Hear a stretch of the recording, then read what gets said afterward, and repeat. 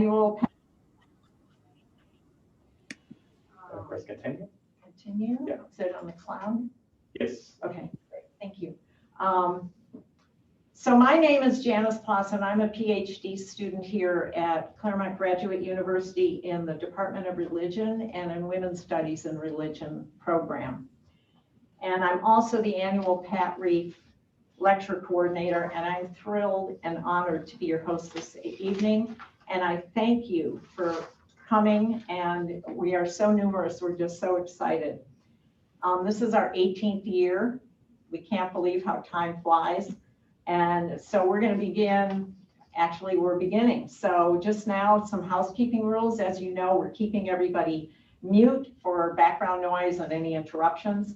And anyone who does not want to be recorded, please mute your microphone, which they already are, and then turn off your camera. So that would prevent you being recorded. So before we listen to our speaker, we have a couple of people from our committee who will provide us context for the lecture and how it came about.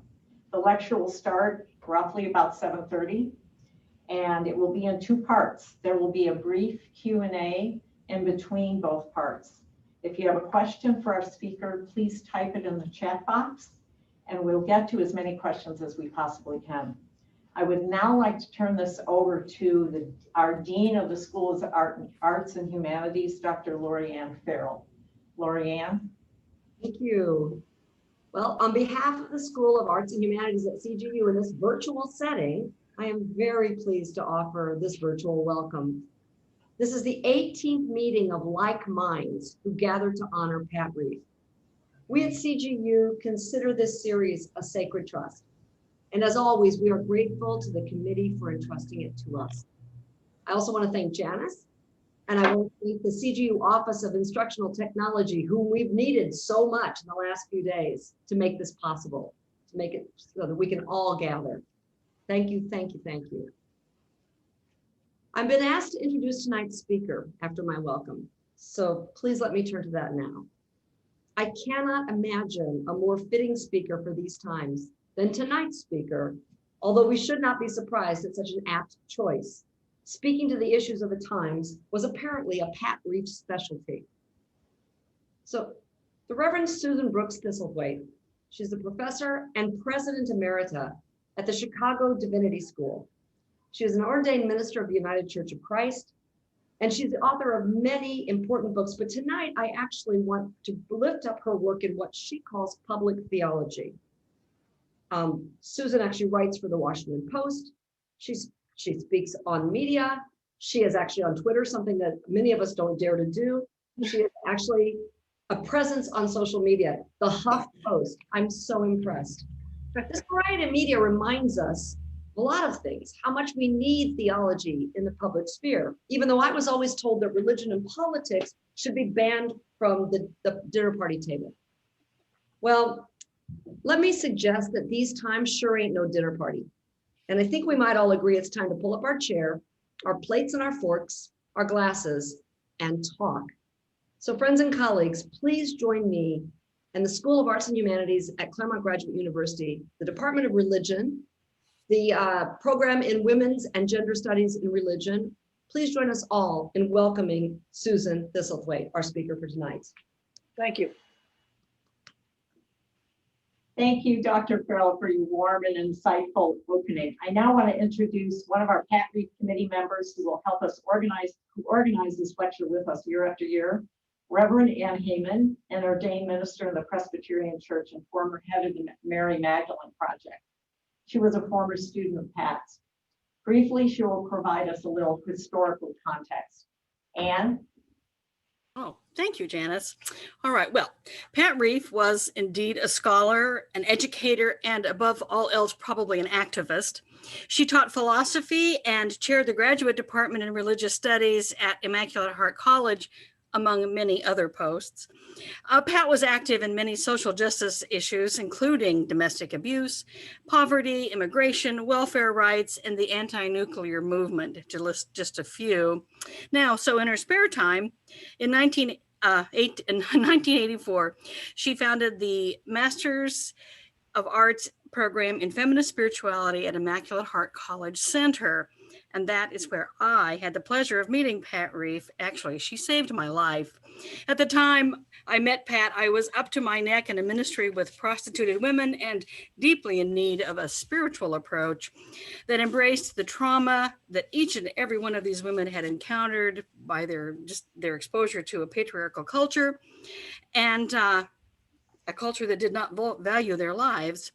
I knew it needed to be a feminist approach, and that is where Pat, starting this brand new program in feminist spirituality, stepped in and, like I said, saved my life. Now, the annual Pat Reif Memorial Lectureship was created in 2002 in honor of Pat. The funding for the Patricia A. Reif Memorial Lecture was a joint effort of the Immaculate Heart College community, the Immaculate Heart College Alumni Board, and the Immaculate Heart College Center. It continues today under the auspices of the School of the Arts and Humanities at Claremont Graduate University and Mount St. Mary's University Religious Studies Department and the Mount St. Mary College Office of the Graduate Dean. The lecture fund is dedicated to advancing the ideals Pat represented, and over the past 18 years has featured speakers from Mary Hunt to Rita Nakashima Brock to Musa Dubé to Elizabeth Schussler Fiorenza and last year's Kim Harris. It is a joy and a pleasure as a graduate of the Feminist Spirituality Program to serve on the committee that plans these events. Thank you, Anne. So now Stephanie Black, IHM, is another member of our committee and the former director of the La Casa Retreat Center in Montecito, California. Steph was a longtime friend of Pat and a member of the Immaculate Heart community. She will introduce a short film about Pat and also maybe share a story. Stephanie. Thank you, Janice. My life intersected with Pat's in a variety of ways for over 50 years. I knew her as an academic, first Sister Richard, a sister of the Immaculate Heart. She was my teacher from high school Latin and religion through college philosophy and ethics through a master's degree in feminist spirituality. Pat was an excellent educator. We, her students, were in awe of her knowledge and her ability to present material in a way that we could grasp. We couldn't help learning from her. We knew that Pat had found her calling in life. But then, at a lecture at Claremont College on women and religion, Pat became an activist. She could tell you the time and the date and how she experienced almost a religious conversion. It suddenly became clear to her that how things were in this world was not just fate or the will of God.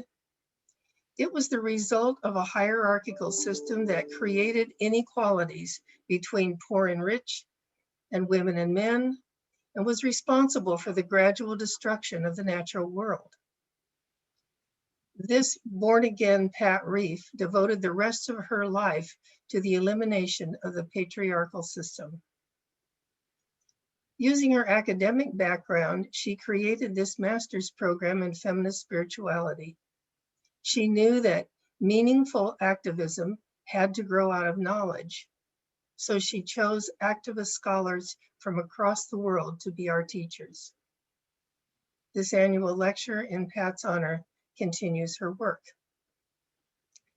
We're about to see a short video about Pat. The setting of the video is the grounds of La Casa de Maria Retreat Center in Santa Barbara, which is owned by the Immaculate Heart community. In the early days, these beautiful grounds also served as the novitiate for the sisters. You'll see the oak trees, the labyrinth, and most of all, the beautiful stone house built in the 1920s, where Pat and I received our spiritual training.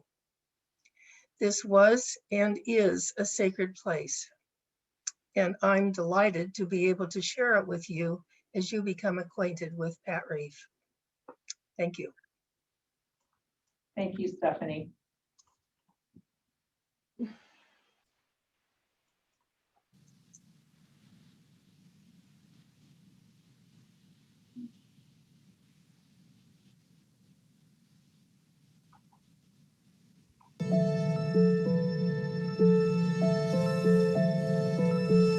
I can see Pat walking around here.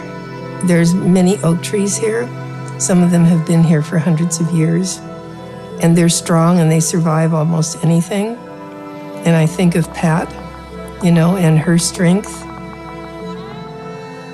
I think of her love for the environment, her wanting to have the whole universe healthy.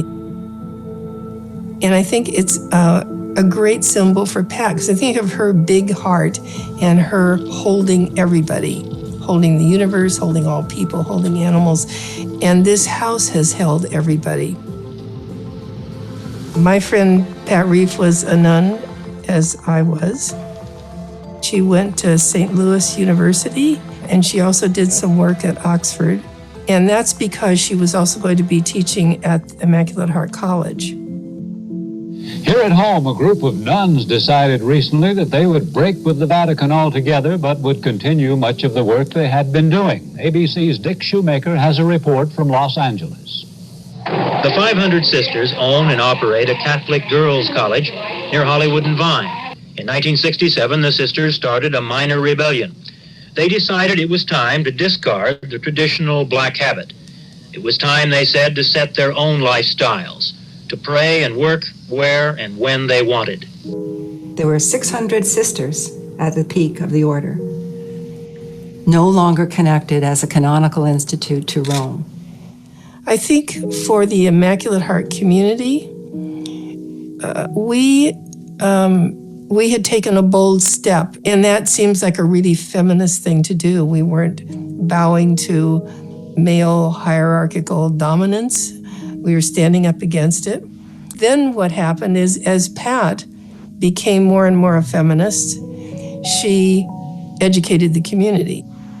Pat created the feminist spirituality program at a time when this scholarship was just budding. It was just beginning. She had wide contact with theologians and philosophers, so she was able to staff the program with eminent scholars throughout those years. It was phenomenal, absolutely phenomenal. She set it up on the weekends. She brought in feminist theologians who could address those particular topics. So it didn't matter whether it was economics or immigration or mental illness or addictions or violence against women. She wasn't afraid of any of that stuff. Her early understanding of the importance of religion as part of feminist studies in general, what's now sometimes called gender studies, but she really understood that religion couldn't be left out of that, and that to leave it out was to leave out a real factor, kind of an engine, if you will, for discrimination and for oppression that could in fact be turned around, as the great theologian Dan McGuire says, with its renewable moral energy. I was arrested with her. We were part of the group called U.S. Out of El Salvador, and we did a resistance, civil disobedience downtown in front of the federal building. Yes, right here in Los Angeles. So there must have been about 60 or 70, maybe 80 of us. And when you go to jail like that, you're all put in the same room. And so you really get to know people, waiting to see what's going to happen. Pat says, as we're walking outside after that little jury trial, she said, "So, how do you feel about being guilty?" And so people are saying, "Well, I don't feel guilty," and blah, blah, blah. And she engaged us in a little conversation about that. And she said, "Well, there's alternative language for that, don't you?" And I was like, "What do you mean?" And she said, "Some people would call it being faithful. I do." When she suddenly got ill, she was also in Claremont and was even closer, and there was more chance to speak with her. And it went really fast. And so when she died, all of us had this powerful feeling that her presence needed to continue. the IHM women that I coordinate this lecture series with have been wonderful to know. And just knowing more about Pat Reif, the more I know about her, the more I am just enamored of who she was as a person, as an activist, because she took chances and she took risks. How do we honor Pat Reif's legacy? So the way for us to do that, again, is to think hard on what was important to her, to bring forward issues in social activism, social justice, to think about issues around women's spirituality, about sometimes resistance to women's movements, women's activism, women's spirituality even, and to see how these issues are still active and live. So this is very much what we try to do as a program. And the lecture itself is a way to kind of to bring that moment into focus. Back in January, there was a huge mud and debris slide. Huge boulders and mud came down the mountain, and it destroyed 9 of our buildings. And it surrounded this house with mud, but it didn't come into the house. It had a spiritual strength. Somebody said to the mud and the boulders, "You can go somewhere else, but don't come here." And they didn't. And I feel like that's kind of the kind of strength Pat had. You know, somebody could do something somewhere else, but not where she was.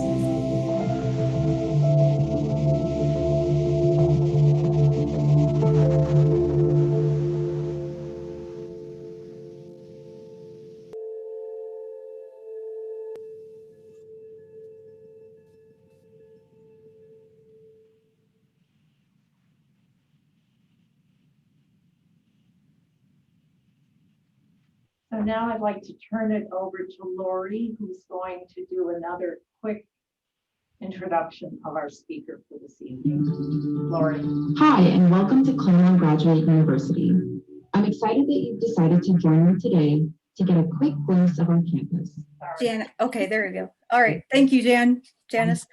And 5 miles east of the Reverend Dr. Susan Brooks Thistlethwaite is both Professor of Theology Emerita and President Emerita at Chicago Theological Seminary, which is considered to be a world-class institution with a history of theological innovation, whose mission is to help develop individuals for the next generation of religious leaders who are committed to transforming society towards greater justice and mercy.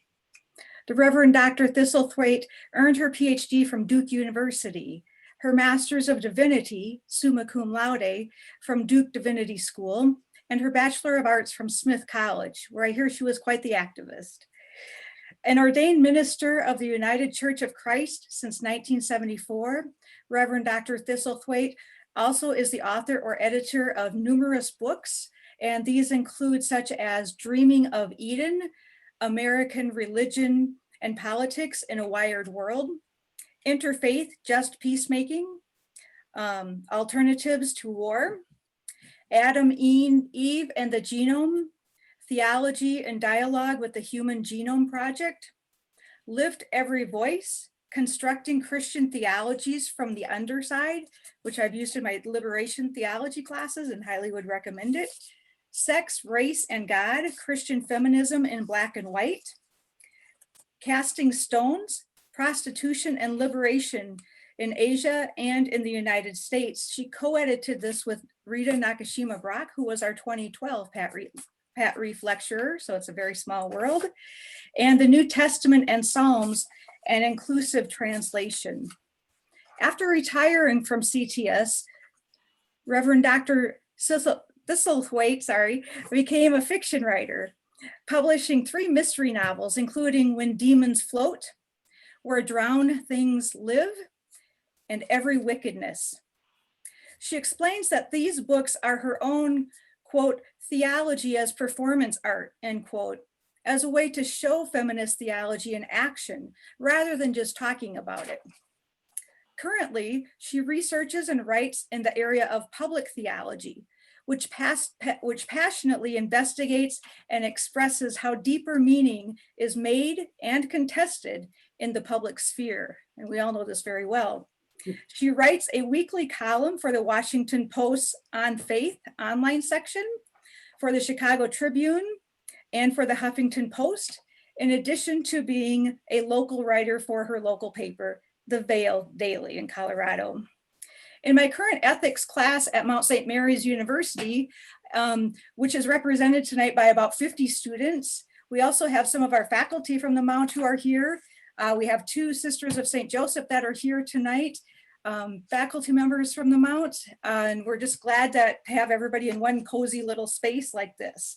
So in my ethics classes, we have been surveying some of the prophets from the Hebrew Bible, or also known as the Old Testament, who Walter Brueggemann says, or defines as those who attempt to evoke a consciousness and perception alternative to that of the dominant culture around us. And so I want to welcome the Reverend Dr. Susan Brooks Thistlethwaite, who will describe the information apocalypse that is here, and then she'll explain how we can fight back. Welcome. Thank you. I'm very honored, who would not be, to give a lecture in honor of Pat. I would like to say that the Washington Post, the Chicago Tribune, the Huffington Post, those are all sequential. Otherwise, you're going to think I do nothing but write for the paper all day long.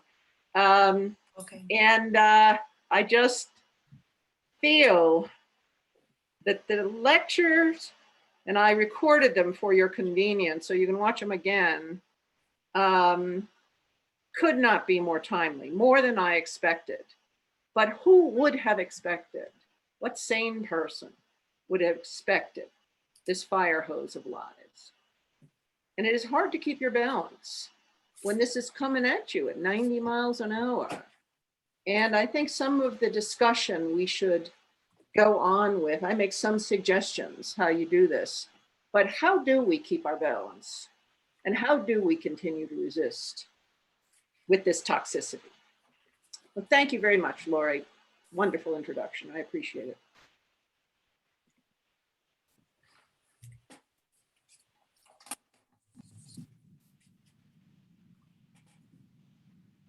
On the information apocalypse is here. He's the Pat Reif lecture, and I'm very honored to be doing this. I have constructed the lecture, since it's about 40 minutes long, in 2 parts. In the first part, we're going to talk about apocalypse, an event causing extreme damage. And that is a phrase I'm using to describe the developments in information technology that are accelerating the damage of sexism, racism, homophobia, transphobia, xenophobia, ableism, and indeed an attempt to reassert oppressive hierarchies that we have been struggling against for so long. In part 2, I'm going to use critical theory to talk about not only how this works, but what do we do about it? Because just yelling, that's untrue, doesn't seem to be working all that well. Now, I do want to do a little bit of critical theory as we start out. This is from my book, Women's Bodies as Battlefield. This is pretty much my magnum opus. And I wrote it over quite a few years because, as those of you who've read my bio know, violence against women and the violence of war have been the 2 main preoccupations of my intellectual life and my life as an activist. And I argue in this book that racist heteropatriarchy denigrates the body. So if we're gonna have theory that confronts one of the deep fissures in Western culture that we are up against. We've got to anchor the theory in the body.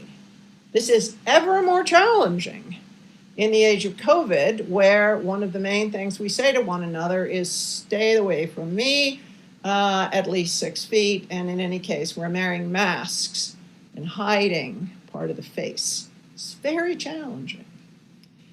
Complex critical theory is needed to avoid essentializing the body. Now, what do I mean by that?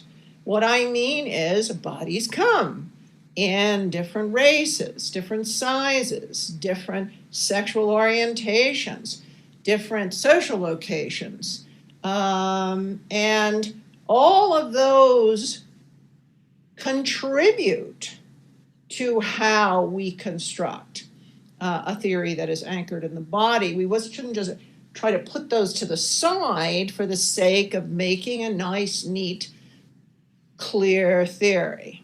I often say to our students, when they write their senior theology papers, if everything fits, you've broken something, you've distorted something to make it fit.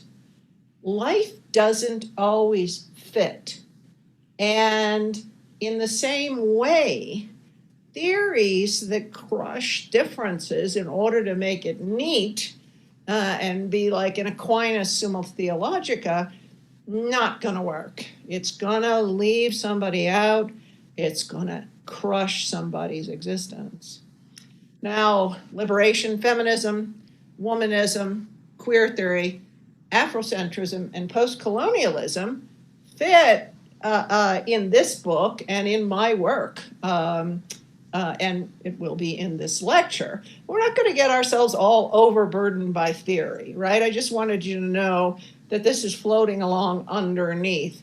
And if you want to go further in this, by all means, read Women's Bodies as Battlefield if you have not done so, because there I spend a long time explaining this. But you don't need to focus on the theory as much as on what is going to be illuminated by the things we're going to consider. So, apocalypse. Why use apocalypse? Well, in the middle of 2016, Abid Ovyaya, chief technologist at the Center for Social Media Responsibility and a fellow, warned of an impending crisis of misinformation in a presentation that he titled Infopocalypse. I think Information Apocalypse is a little easier to understand, but the Infopocalypse is the system, is actually rewarding information that's false, misleading, or polarizing. Now, he has obviously been proven right, but we want to focus on not only the effects, that is, the polarizing, the misleading, the false, but also on the mechanisms that facilitate that, because we're not going to be able to fight back if we don't look behind the curtain. The credibility of fact itself is under attack, and you know that very well. I want to show an effect of this. This is what is called deep fakes. Women's faces are transposed onto porn stars in videos. These videos have been weaponized disproportionately against women, representing a new and degrading means of humiliation. This has been used against women journalists, for example, women film stars, or prominent women in general. The fakes are extremely detailed, posted on porn sites, and increasingly challenging to detect. Their legality is still in question. Experts say some may be protected in the US by the First Amendment, even though They can also be understood as defamation, identity theft, or fraud. But this is misogyny on steroids. Now, here's another example. Black Trump supporters. Black Trump supporters are generated by a troll farm in Romania. I think you will not be surprised to find this out. Facebook, that's finally getting its act together, I hope, has reportedly removed dozens of these Blacks for Trump accounts. And I just transposed into the video that you're seeing here some of the guys who are on the Black Trump supporters websites. And I think you can see the multiple permutations here of false. The Portland Bible burning story was a Russian disinformation. I mean, we're subject to this in an increasing, accelerating fire hose of disinformation. Here's another very disturbing, I mean, we used to say seeing is believing, but in fact, just like the misogynistic use of women's faces and porn in order to degrade them, this is from a White House briefing where Jim Acosta, a reporter, is asking challenging questions of the president. And this young woman who's an aide is trying to get him to stop speaking. And there was video of this, and the White House, and really there's plenty of research to show, altered the video to make it seem as though Acosta was being far more aggressive than in fact he was. And they moved his arm to make it seem like he was pushing this young woman. And Sarah Sanders distributed it. So these deep fake creators. Now here's one takeaway from this lecture, okay? One takeaway. They're right about the misogyny in our culture, right? Much of this faking to promote polarization, in the case of misogyny, wouldn't work if we are not already deeply misogynistic. Huffington Post, for whom I used to write, put up this Me Too, see beyond the hashtag, and I've written for the Washington Post, Huffington Post, the Chicago Tribune. I currently write for our local paper. And I wrote about Me Too, see beyond the hashtag. That racism, Islamophobia, homophobia, all structure violence against women. So there is a Me Too movement, but you cannot essentialize everybody into one form of misogyny. It takes the context and it uses the context. If I'm a lesbian, I'm going to experience misogyny in a particular way, and it will be different if I'm an African-American woman who is heterosexual and so forth and so on. So this went viral, which is 100,000 hits, very rapidly because it was picked up by one of the web crawlers. And, you know, this is a pivotal moment as we're doing this lecture, okay? There is a wealth of truth underneath the fake that makes it work. Russian bots are right about us when it comes to racism. White supremacists at Charlottesville and elsewhere are an aspect of the undealt with racism of this society. Thus, creating fake news, racist stories to divide us works because it is deeply rooted in the truth of this society that it is a racist society. white self-deception in a liberal form will say, well, this is not who we are. Yes, we are. Yes, we are. Otherwise, this would not work. Fake news is contributed substantially to the decline of public trust. And this is a Brookings analysis of that. Fake news headlines fool Americans 75% of the time.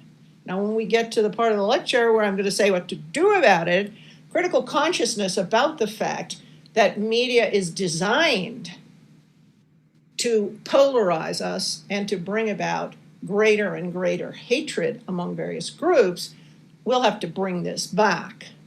Social media churn, people want news that confirms their particular bias. It's called confirmation news. Rejection of news, I don't like. And as much as I hate it, I actually consult 4 or 5 different media sources across the political spectrum with any story that I'm going to pay close attention to. And I will not post a story in my own social media that I have 2 primary sources on, because there's so much fake stuff out there. Now, Orwell, Orwell's 1984 has basically come true. And this discussion of newspeak is particularly relevant. Don't you see that the whole aim of newspeak is to narrow the range of thought? In the end, we shall make thought crime, which is thinking things against the state, literally impossible, because there will be no words in which to express it. Twitter was made for this moment. Made for this moment. It's language reductionism. And doublethink is also a very useful concept that came out of 1984. The power of holding 2 contradictory beliefs in one's mind simultaneously and accepting both of them. I'm a really good Christian. I support someone who is a serial adulterer. How does that work? How does that work? That's doublethink. Now, here's Orwell 2.0. And I'm sure if you have been awake and aware in the last few years, you're familiar with these. The size of the inauguration crowd for Trump. Sean Spicer, many press secretaries ago, was the largest audience ever to witness an inauguration. And, there's photos of President Obama's inauguration crowd and Donald Trump's. So Kellyanne Conway is asked about the discrepancy between these 2 things. And you're saying it is a falsehood, she pushes back. Sean Spicer, our press secretary, gave alternative facts. And this is the one big takeaway from, I think, the career of this woman. She gave the world alternative facts. Todd responded, alternative facts aren't facts, they're falsehoods. So Conway tries to pivot, as they do, and asked again about the discrepancy. It's a ridiculous discrepancy to the photos. And she says, no particular shame about this. Your job is not to call things ridiculous. The press secretary and a president, it's not your job. Of course, it is exactly the job of a journalist. Can you answer the question? I'll answer it this way. Think about what you just said to your viewers. That's why we feel compelled to go out and clear the air and put alternative facts out there. Alternative facts are doublethink. Orwell 2.0. Increasingly, technology is used by the authoritarian state. And as you know, that's what 1984 is, an arrival of a completely fascist state.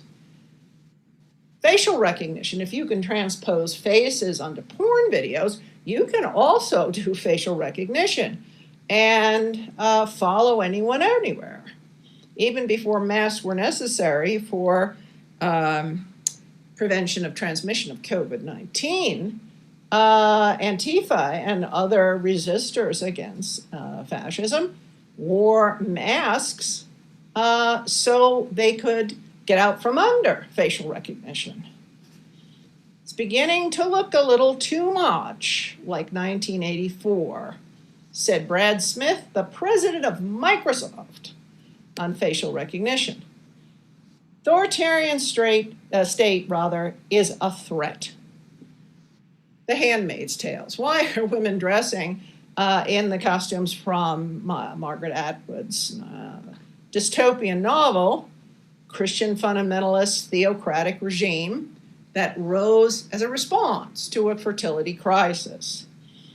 And attacks on reproductive choice are a cornerstone of theopolitics, that is the combination of religion and politics. It is women's bodies that are the political battlefield. They are. Things are fought about the control of women's bodies, and I'm sure I'm not telling you anything you don't know. Now, here are the facts is not working. Now, lying. I think they would say lying is bad, but lying and language go hand in hand. Human development includes not only the ability to lie to others, but to lie to ourselves. And technology has facilitated this in every era. The agricultural revolution, the industrial revolution, and now today, the technological revolution with its internet productivity, digital manipulation, and fake news. So I wrote a book called Dreaming of Eden, and another book you can consult if you want. The Garden of Eden is, it's a story about why are things so messed up. There's a rupture in the history of humanity. Hunter-gatherer cultures is regarded as an innocent past, and settled agriculture produces story. But it's a story of, remember how great it was when we just had to go out hunting and not till this stupid ground? Whose fault is that? Those miserable women who invented agriculture. Well, women did invent agriculture. That's why cultural anthropology has paid so much attention to baskets and basket weaving. Women would gather, and then they walk along, the seeds would fall out, and some intelligent women looked down and said, hey, we don't have to keep roaming around. We can just plant these seeds, and we can stay here and till the soil. I mean, that's what's underneath the Garden of Eden. And the resentment of women is that deep. But you eat from the apple, and you know good and evil, and how to lie about it. How to lie about it. It comes with the territory of greater consciousness in the history of humanity, as does misogyny. You eat from the apple and you know good and evil. Recognize this? That's the symbol of Apple computers. It's not just an apple. It's an apple with a bite out of it. I mean, whoever thought of this, and I think it may have been Steve Jobs, but I don't know, it's a genius. So the capacity for deception and the development of language go hand in hand. You'd think that lying would always be a social threat. I mean, if you're hunting and there's bison over here, and one guy says to the others, oh, the bison are over in the other direction, and then goes get a bison for himself, he's going to be socially ostracized. However, lying does facilitate smooth social relationships. Does this shirt make me look fat? Of course you're going to say, no, it looks fine, Susan. Lying also, in a deeper sense, requires the capacity to imagine a different world. Art, fiction, theater, song all come from our capacity to imagine something that isn't factually true. So I'm going to argue there are better resources for taking down fake news than cries of fact. I don't think the problem is that Orwell is fiction these days. I think fiction, art, can help us deal with the information apocalypse. We have to imagine other ways forward. Lies work because they are based in deep truths. Fiction and deep truth require the return of narrative, and we must teach critical consciousness about media. 75% of Americans are falling for it.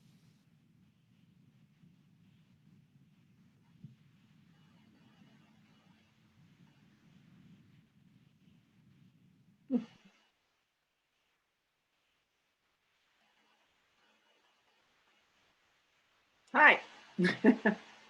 Now I am hoping that we'll do, if you have any questions and you want to put them in the chat, there might have been a few put in the chat. Okay. Let me just I'm consulting the chat. Let's see what's here.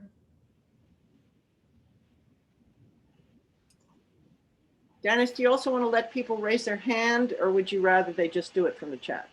I'd rather that we do it from the chat, except I'm going to close this.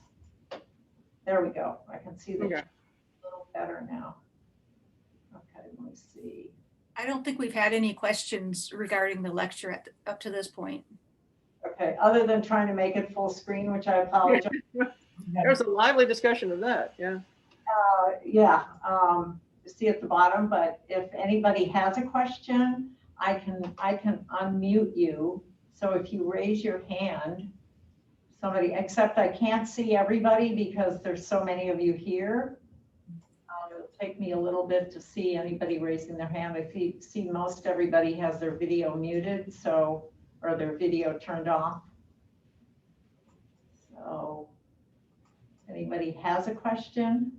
Otherwise, we can certainly begin the second part, and then maybe that'll raise some questions, and we can have a little bit of a longer session that way, if everybody is amenable to that. I think that's a great idea. Yeah, I think that's fine. And as you think of questions, just put them there in the chat. You don't have to wait. Right. Okay, so let me see where I'm at here. I'll close the first part so we don't confuse it, and let me make this bigger. And I don't know whether you can see Susan or not, because I have like a few faces on the right of me, and they kind of blur Susan's face a little bit in the video. So I'm hoping that you can see her well enough. It's fine with me. It hides the wrinkles. Welcome to part 2 of the Information Apocalypse, the Pat Reif lecture. All right, here we're going to start what to do about it. Judith Butler has a groundbreaking work, Bodies That Matter. And I think in terms of, as I mentioned, we got to have some theory to undergird this. Not that we're focusing on theory all the time. There is a disjunction between a materiality which is feminine and formless, and hence without a body, and bodies which are formed through but not of that feminine materiality. And I quote that in Women's Bodies as Battlefields. Now, I blame Plato's metaphysics for a lot of this. It sets up Western culture as the absolute negation of the female as a subject or agent.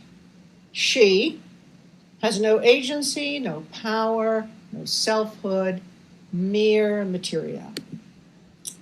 So one of the things we do to fight back is we gain agency by performing the self. Now, I've been to more marches since this presidency began than I have since Vietnam.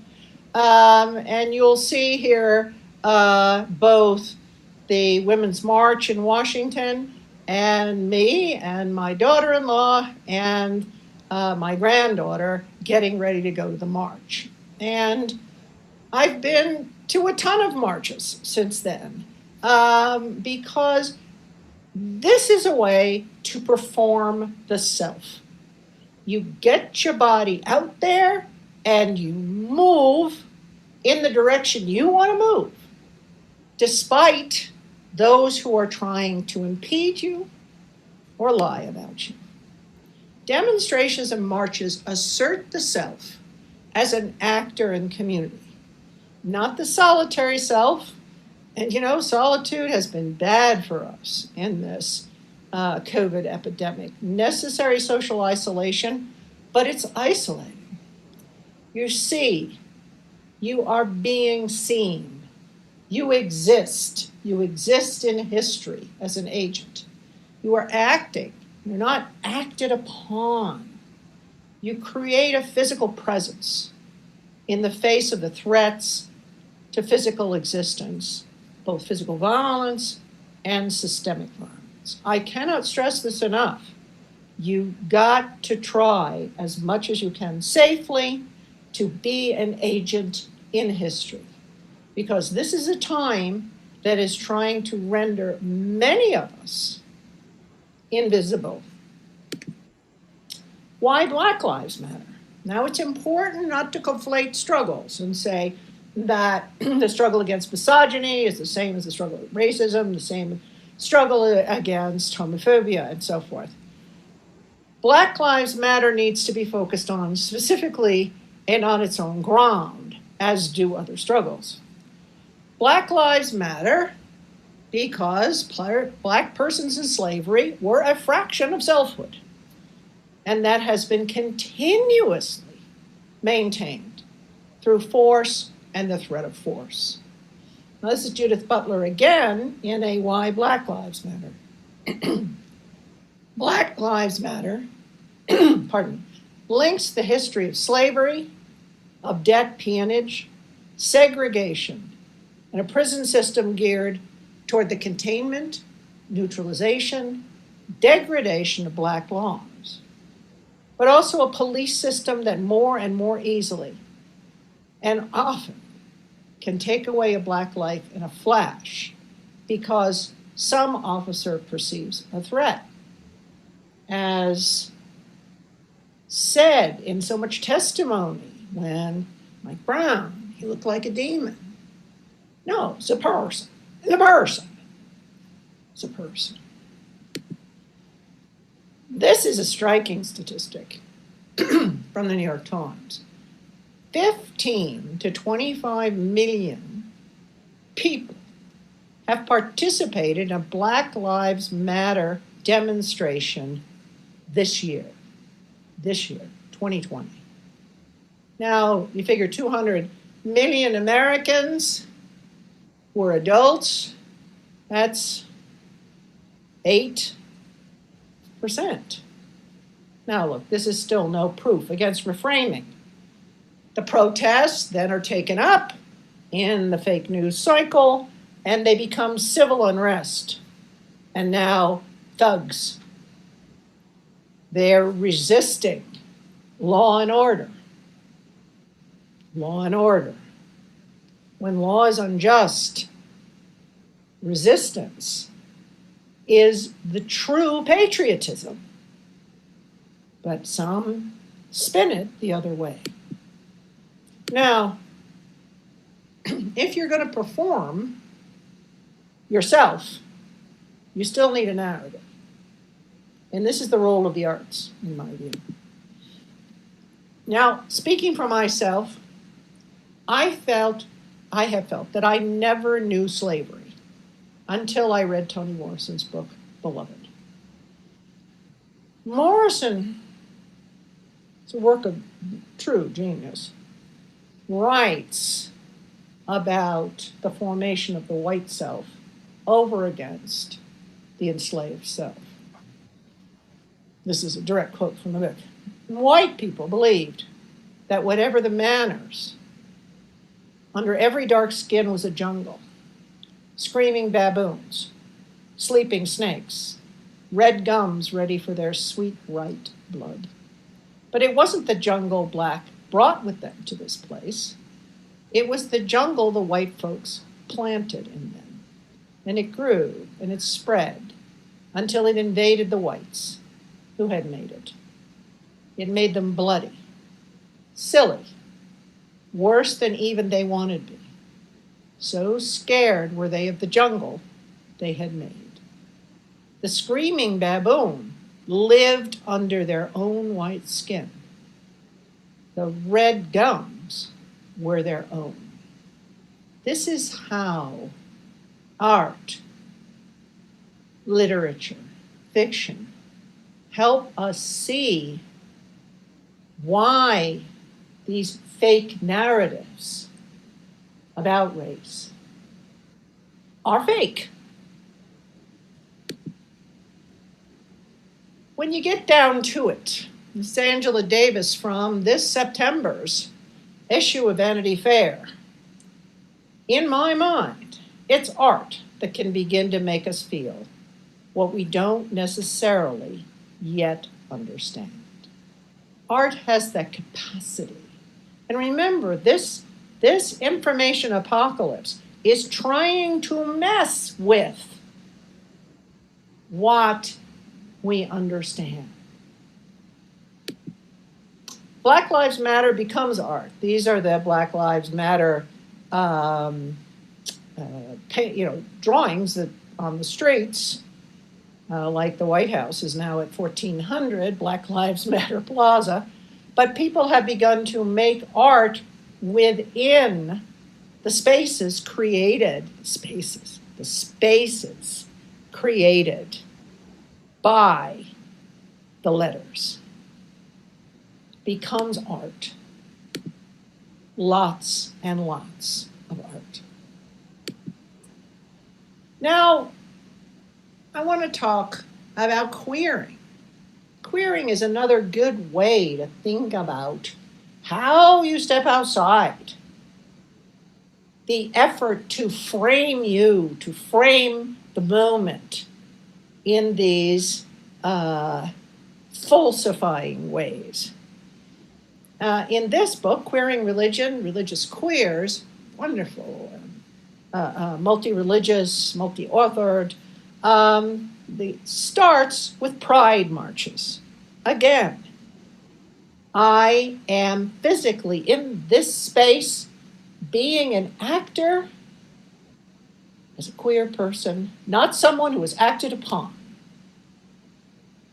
Queering is turning heteronormativity on its head, right? That's to queer something, is to reverse it, turn it upside down, to get outside the normative structures that structure police gender and sexual practices. Somebody has to create the boundaries, right? This is you can be this, but you can't be that. And when you march, when you realize yourself, you say, the heck you say. Now to me, and I have been gifted to work Chicago Theological Seminary for decades and learn from my LGBTQI colleagues what it means to queer. And to me, queering is a work of the imagination. You have to imagine there is a world outside of that normative structure that is being policed, and you indwell it. Now, narrative has basically been crushed in the age of social media, right? How many words make up a tweet? It's impoverished. Fiction writing and reading, I think, is a cultivation of empathetic imagination. Now, I didn't start out my retirement to become a fiction writer, but I'd always wanted to write fiction. And you get to a certain age and you say to yourself, if not now, when? So I started writing fiction, and it was awful. It was just awful. Because everyone was me, and everyone was lecturing everyone else. So this is not good for fiction. So I went to the Iowa Writers Workshop several times, as a matter of fact, because it's a different genre. You got to learn to write this way. And so I published 3 fiction works. I have a 4th one completed. And in the most recent published one, When Demons Float, it's about white supremacists invading a college campus. And my main protagonist is a young woman who is white, who is a former Chicago cop, but has decided, after her husband is murdered, to become a religion professor because she thinks it will be far easier. And then, of course, she finds out that is simply not true. And her best friend is a campus policewoman who's African American. So there's a noose hung on the campus. And my main character, Kristen Janelli, gets mad. And she stands in the middle of the campus and threatens the invisible, but she is sure, spying eyes that are videotaping the discovery of the noose. And then the next day, Alice Matthews says to her, "You know that stunt you pulled yesterday?" Kristen just nods. "Me? If I'd done it, I'd be dead today." She put her hands on the table surface and leaned over so our faces were closer. I could smell the cigarette smoke on her breath. "You want to be brave, and hell, you throw yourself at stuff that scares the shit out of me. But you brave enough to walk around in a black woman's skin? You brave enough for that? They want us purely dead, Kristen. Every damn day." I took a breath. Now, I worked on that scene for months because to exercise the empathetic imagination on issues like this is not easy. It's not easy at all. And Kristen doesn't solve the mystery of who's doing these white supremacists, increasingly dangerous acts on campus by going, oh, these white supremacists are terrible. Oh my God, she has to identify with them and their whiteness. She's looking at the internet websites that they use. They make up fake names to communicate. What is it about whiteness in these guys and I had in common? Crap, I didn't want to go there, but I wrote down the question and I thought about it. Basically, being white always meant I assumed I was in charge. That's one for sure. Yeah, like telling Gilles, an African graduate student, what he needed to do instead of letting him decide. And worse, my late night conscience asked, would you really be willing to walk around in Alice's brown skin? Or is that just your default bravado? Probably the latter, I acknowledged. And I bent back over my pad, making notes, looking down at the names I'd written, trying to see through them to the people who had chosen the names. So you don't understand whiteness, to me, as a white person, by saying, ain't it all? You have to have enough empathetic imagination to get inside. What is it about whiteness that makes it so stinking lethal? To Kill a Mockingbird is often held up as a great classic of racial justice. But this is the fiction of the good white person. The Washington Post, but the anniversary of the publication To Kill a Mockingbird, Atticus was an unwilling participant in the racial fight. He went up for this. He accepted the assignment not only to attempt to prevent a miscarriage of justice, to maintain the racial order in Macomb. He was not a civil rights crusader. He attempted to save the life of one black person because he understood the implications for his town if he did not. When he lost, Macomb's racial order was eventually restored.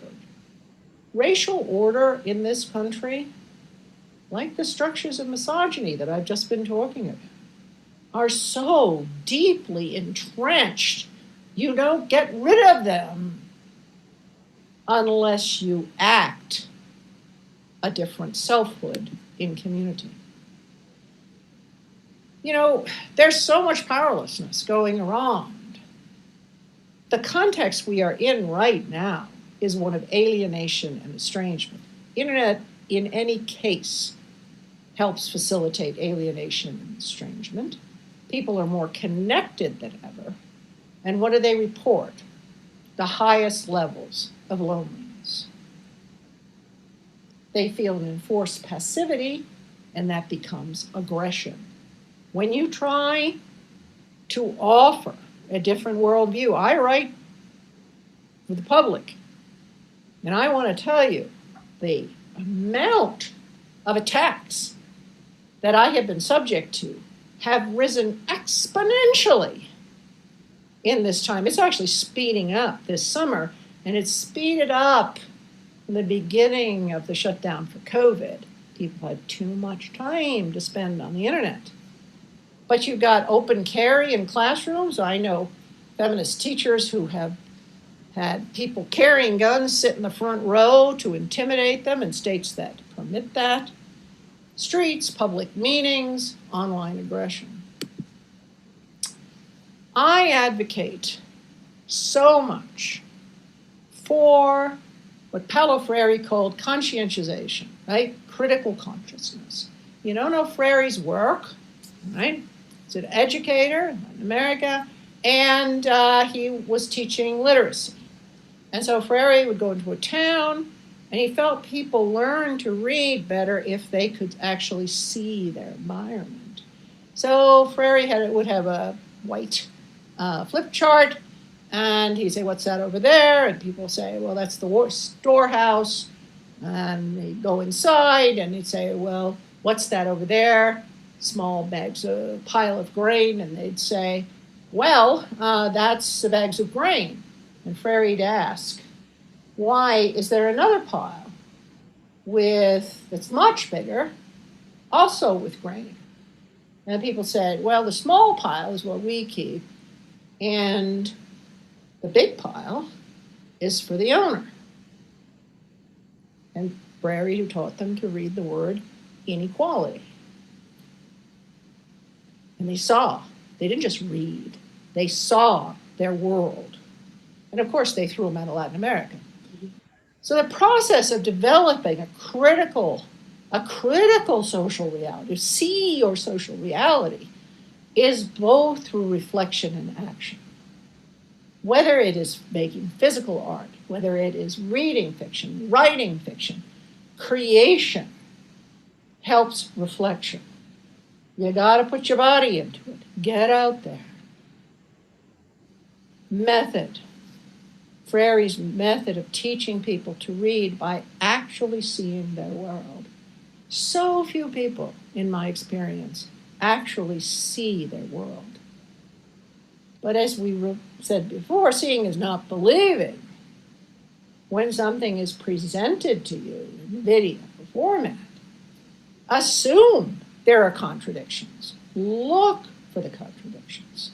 Nothing helps you learn to do that better than the really good fiction that I am. And I am not putting myself in the same category as any of these classical writers that I've mentioned. But you read fiction, you write fiction. And what I have said, every student I have taught for the last 20 years, write for your local paper. Nothing changes unless it changes in the culture of small communities. You write, and then you experience.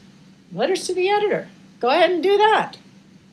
Believe me, this makes a difference. But you can't do it if you don't free yourself from the thrall of the suppression that the fake news of our time provides, even if it's merely that you get depressed because you've got this barrage of terrible news coming at you. You have to create space for you to be creative, for you to be creative in community, for there to be an us. Now, it's not truth versus falsehood. It's self-consciousness or self-deception. Don't think, and I think I have confirmation bias. I like to read the news that confirms my worldview. It's an effort for me to try to find stories about the same thing that come from a totally different perspective. But in order for you to develop self-consciousness, in order to engage in conscientization, you have to fight back against your own confirmation bias, even when you see the falsehoods in how things are framed. So, we're going to have some questions. Here's a few. You may take them or not. You're a Russian bot. Pick a recent news story you've read that, were you a Russian bot churning out polarizing news stories, you would promote to divide us. Make a headline for a fake news story you would think would divide us. What fake news story did you at first believe? The work of critical consciousness in the era of information apocalypse is enormous.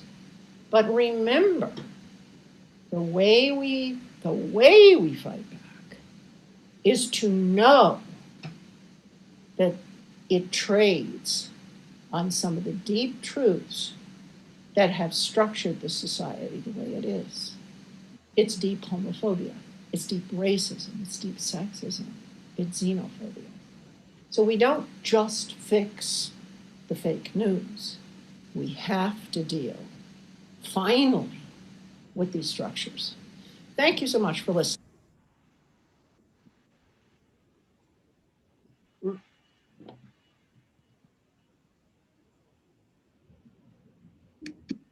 Okay, so do we have any questions? Maybe we can start with, let's see. My question is, do you think it is possible, if Vice President Biden is elected into office, that he might be able to redirect how technology is being used as a medium for false facts, as well as how it is being used as a divisive tool as well? No, I don't. Presidents aren't magicians, right? I think that there will be less of a fire hose of lies. And, I would just personally like to wake up one day and not have to see the ego of the toxic masculinity on display. So I think, it'll get quieter, which is helpful because the noise makes it tough to think. But this is here to stay, okay? And there will be those, despite whoever is at, Black Lives Matter Plaza in Washington, D.C., people are going to increasingly manipulate this. So I think it is the way of critical consciousness to begin to spread. I mean, just trying to get at that 75% of Americans believe fake news, including young people. I mean, young people who've grown up, with the internet, fall for this stuff like crazy. And there are many studies of this. How do we develop critical consciousness about media and about the extent of the falsifications? But, remember that what I am saying is, it doesn't, the racism doesn't work unless we also realize we are a racist society. You can't, have this work for homophobia if homophobia is non-existent, right? And people do fight back in the most creative ways. I mean, look at the way in which gay men have taken over the hashtag Proud Boys. Okay, I don't know if you know this, but the Proud Boys, the white supremacists that the president both knows and doesn't know, and they're a horrific group in terms of inclined to use violence against Black Lives Matter demonstrators. In any case, a whole bunch, you just go on Twitter, it's free, sign up, twitter.com, and put in the # Proud Boys, and you will see hundreds and hundreds of gay men kissing each other, hugging each other. They took it over. They took over the meme, and they made it about love rather than about hate. Now that's as grassroots, nonviolent resistance as I have seen in a very long time.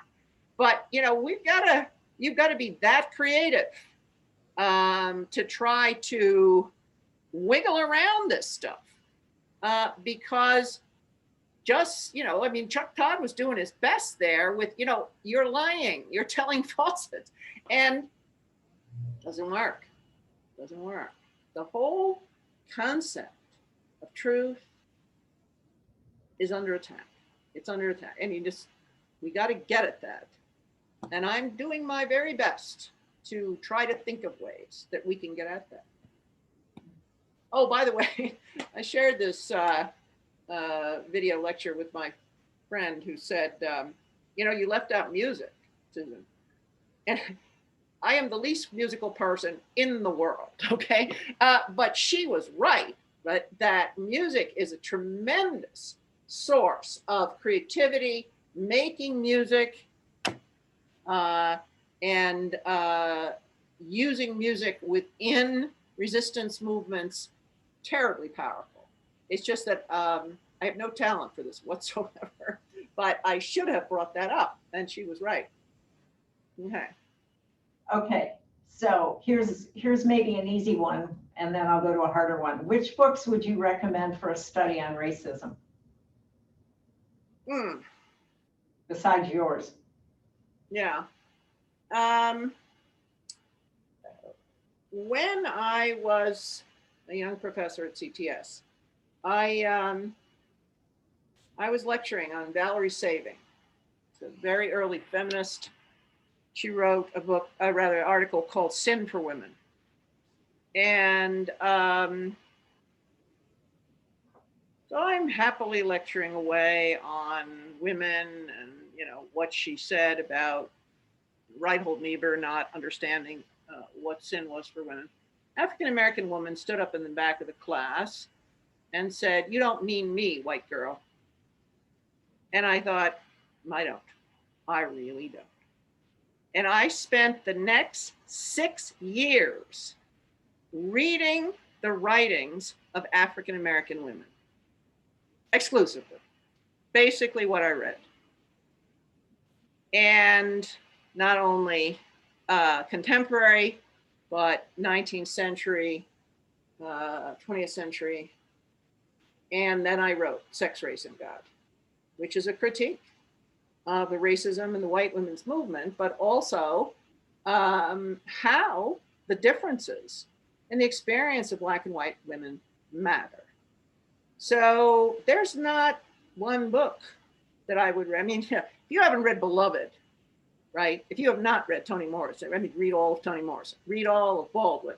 But I don't think there's anything better to understand racism than Beloved, as you can tell from the short passage that I quoted, because it is so tremendously imaginative.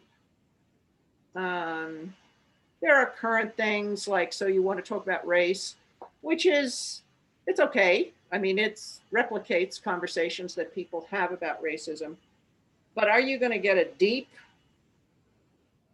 insight into what structures white races? Why is whiteness the way it is? Beloved helps with that. Okay, John Mauger asks, fake news, false news. It seems like it's not just the lunatic fringe, but the mainstream politicians like Democrats and Republicans who are using this on one another. It seems that ethics has gone awry even for the mainstream. Isn't this an ethical issue? It's not all right for good guys to falsify, discredit the other for political power. What is your take on this? I'm not all that fond of whataboutism, okay? Fake news is a specific genre that fascists use. And it is a way to deliberately distort reality, to unbalance people, destabilize them, get them to hold contradictory views. I am not particularly tolerant of, well, both sides do it. They don't. They don't. This is a particular stream that is using technology to privilege disinformation. If Putin's involved in it, do you really think it's a both sidesism? Now, yes, you know, of course it's an ethical issue. Of course it's immoral to do this. But, you know, how far does that analysis get you? It's wrong. Yeah, but it gives me power. I'm not going to stop. It's temptation. It's the apple with the bite out of it. So I don't know. I don't think the direction of both sides do it is either factual. I mean, some, yeah. Do politicians lie? Yeah, sure. But fake news is a specific construction to distort the nature of reality in order to paralyze people. I mean, do you feel it? Do you feel the paralysis when you are subject to this? I've used this. It's like a fire hose. It's just like the fire hoses the cops used on the African-American demonstrators in the civil rights movement. It's a fire hose. That's what it feels like to me. So, yeah, on the ethical issues, and it's immoral, and ain't it awful? But, you know, this is in any analysis of fascism. This is what fascists do. This is Hitler and the Big Lie. This is, you know, Orwell. Orwell was more right than we knew about what it means to live with fascism. And we're this close. Swear to God. I swear to God. Okay, Jean Boutillier asks, whoops, I'm losing my stream here because somebody else sent us something. I'm sorry. I can't hear you. No, I'm looking, I lost the stream because somebody else put in another chat thing, so I have to read that after. Oh, okay. Would you speak of using irony and satire and mocking to confront lying, disinformation, and when that does not work? Yeah. It's an interesting question.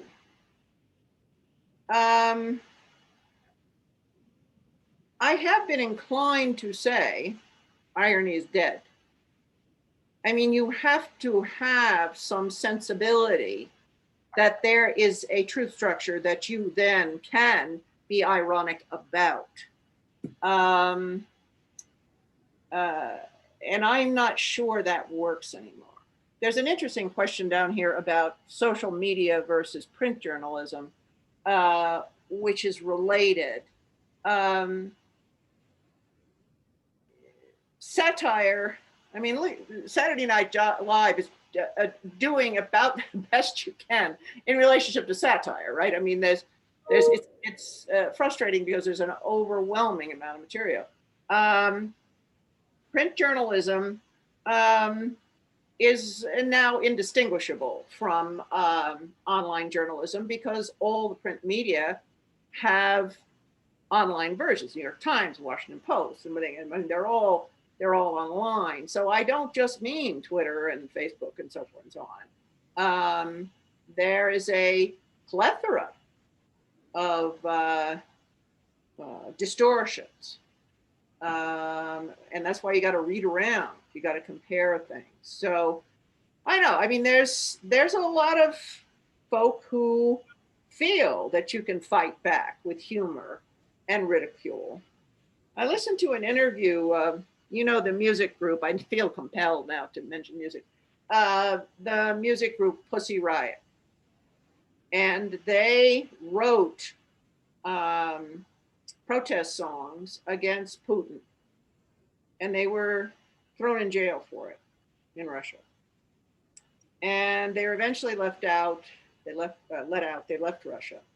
And I actually listened to some interviews with them, and I used part of what they said in a book chapter I wrote. And the lead singer said, "We used to make fun of Putin too, until we didn't." So I'm not sure anymore. I mean, you've also got, if you can't find the funny, right? If you can't find the funny, you can't get some psychological relief from it. So, okay, that's fine. I mean, there is so much to be ridiculed that, it's right, exactly.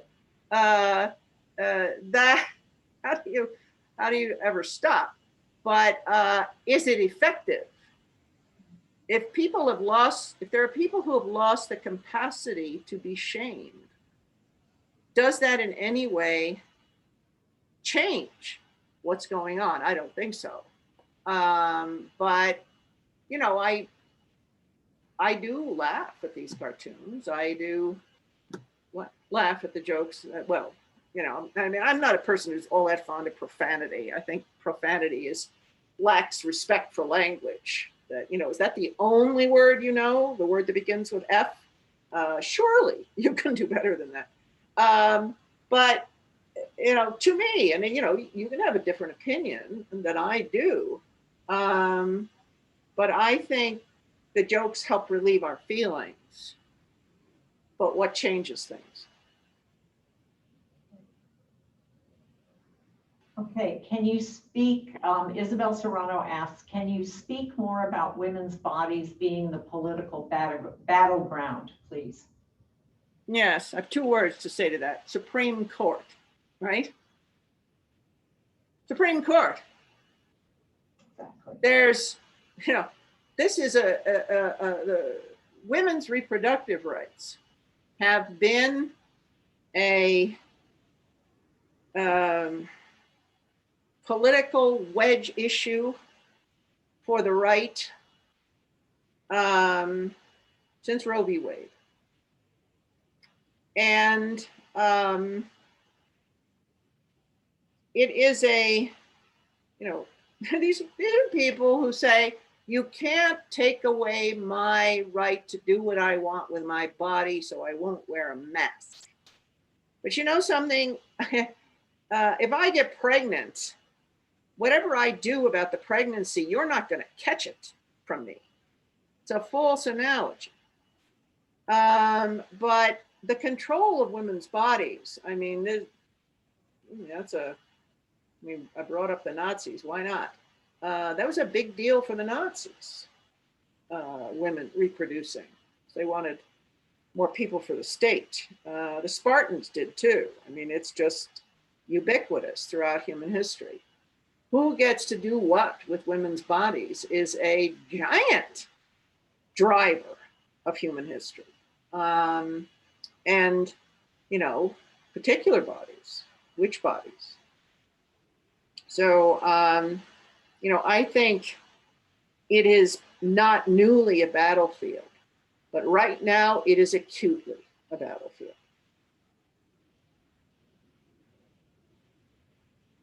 Okay, Nancy Negrosh asks, to imagine a different world, is that a way for women to reclaim their true role versus their traditionally defined false role in Eden? What could be that narrative possibly be? Is it similar to a portal the suffragists imagined? Yeah, suffragists, my grandmother and my great aunt were both in the suffrage movement, and have wonderful pictures of them with their sashes. You have to be able to imagine it can be different. But in the way in which we act with one another in community, I mean, I was thinking about this in relationship to the video you showed, Pat Reif, that those nuns chose to perform a different self when they took off their habits. They chose performance, which then led them to live out a different vision of their faith, which in turn, a little bit of incarceration goes a long way to convince you that your community is resilient. So it was a very powerful video. I liked it a lot. And I think that the work of our imaginations is a shared thing. It's a shared thing that we can help each other live into. We don't have to live this way. We really don't. We don't have to live this way. And in fact, many of us don't most of the time. But there are forces pushing against decency, justice, mercy, community, and we have to resist that. But that's not where we are all the time. So I hope that helps in terms of, I see the question here, because women have a lot of roles, right? A lot of roles. And they ought to be able to be affirmed and affirm themselves in the kind of self they wish to be. It's been interesting to me to have granddaughters. I had 3 sons. Now I've got these 2 granddaughters. They're both 4. They're born a month apart. And the princess thing is making me stark raving mad. And yet, does it make a difference that all these princesses now know karate? I mean, is that right? I don't know. It's just, but they're both into it. It's princesses and unicorns all the time. I mean, I think Disney is an evil, evil empire. And in the business of reasserting a kind of traditional femininity that we have fought to deconstruct for so long. And it's a nightmare. It's an actual nightmare. And so, you spread that around I can't tell you how many times I've seen Frozen and Frozen 2 when I'm with these little girls. Yeah, you can have princesses that fight. Barbie, Barbie. Right. Now that we have a press, the press secretaries have been increasingly channeling Barbie. The most recent one, though, of course, she now also has COVID, actually does look like Barbie. So, some of it I just have to acknowledge makes me crazy. It just makes me crazy because these trends are so large. They are so large and they are so powerful. But they are very difficult to subvert but I want to tell you, Granny is on the case. So in addition to writing these fiction novels, I write short stories for my grandchildren, and I record them. I record me telling them. So I'm doing my best to offer another narrative to them. I don't know. We'll see if Granny succeeds. Okay, let's see. Okay, I think this might have to be the last question so that we can try to maybe complete and be done by 9 o'clock. So what can we do to get the law changed so that sources classified as news have a requirement to present facts for both sides of an issue, so that Fox or other sources are identified as entertainment? No, that's a very interesting question.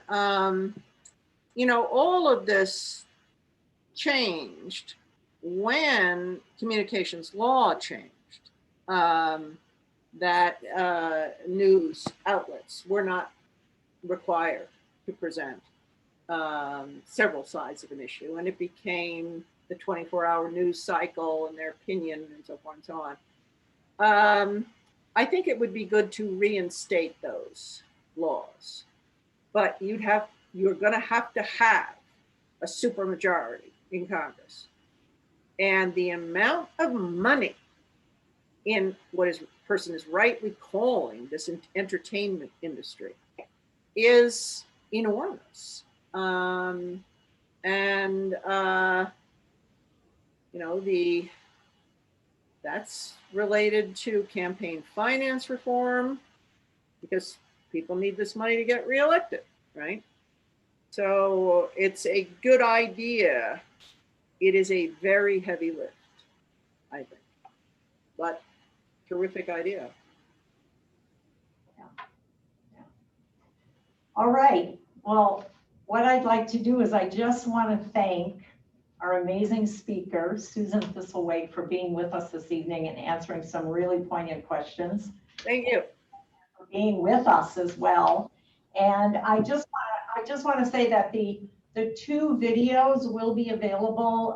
We just have to work out the logistics of that, but then also the recording for this will be available again once we figure out where we're gonna house this, and we have to figure that question out, which won't take us very long. So the recording will be available. And we have all your emails, so you know, if anybody wants it, we can certainly email links to everybody on our list. Might take us a while to get it into the system, but we can certainly do that. Is it possible to get a copy of your PowerPoint at all? Sure. Yeah, they're, you know, sitting on my computer here. Absolutely. Janice, I just email you now. Okay, great. Now, hold on. Okay. I will try to do that. Maybe I could compress them because the files are both quite large. So we'll see what we can do. Okay, great. Yeah, otherwise we could maybe put it on Google Drive and I could share it that way. But that works. Yeah, that could work. Sure. Great. Okay, so I just want to thank you. You've given us an amazing amount of stuff to think about and also to act on. So we're just really, really happy. And I just want to really, okay, the list is long, but I want to say thank yous to everyone and to our participants and to those at CGU behind the scenes who helped put this event together, because we couldn't do it alone, particularly Deja Darrington and Sunny Chow. And it could not have happened without them, and especially the total Pat Reif Committee, Ann Heyman, Dr. Lori Wright-Gary of Mount St. Mary's University, Dr. Ruqaiya Khan from CGU, Stephanie Glatt, Tristine Rayner, Vivian Engel, of course, the legacy of Pat Reif, the entire Immaculate Heart community, and the School of the Arts and Humanities Department of Religion at Claremont Graduate University, Dean Lorianne Farrell, Dr. Nicola Denzi Lewis, Mount St. Mary's University, the Women's Perspective at Pilgrim Place, and finally, the Center for Sexuality, Gender, and Religion. They all support us in providing this lecture each and every year to teach us about women teachers, scholars, and activists who shape our lives in and outside the Academy. And I was going to share the list of Dr. Thistlethwaite's books, but I can share that document as well with anybody who's interested. So we do have that listing. And in closing, I would like to turn to Vivian for a final tribute to Pat Reif. We wish you all a very good evening. Vivian. Thank you. Pat Reif and Michelle de Bexadon were close friends and sisters in our Immaculate Heart community. I would like to close our meeting with this tribute poem prayer Michelle wrote for Pat. Beloved sister, friend, prophet, one of our very own, 18 years ago you left us, and there has been much since then. Personal, political, global, fire and flood, war and injustice, violence and tyranny, plague and collapse. All that we hope for and all that you live for are mocked and thwarted. Right relation among all of God's people, forgiveness and mercy, truth and dignity, equality and human rights, justice and peace.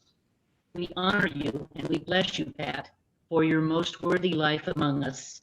And we trust that wherever we are, you too are there with us.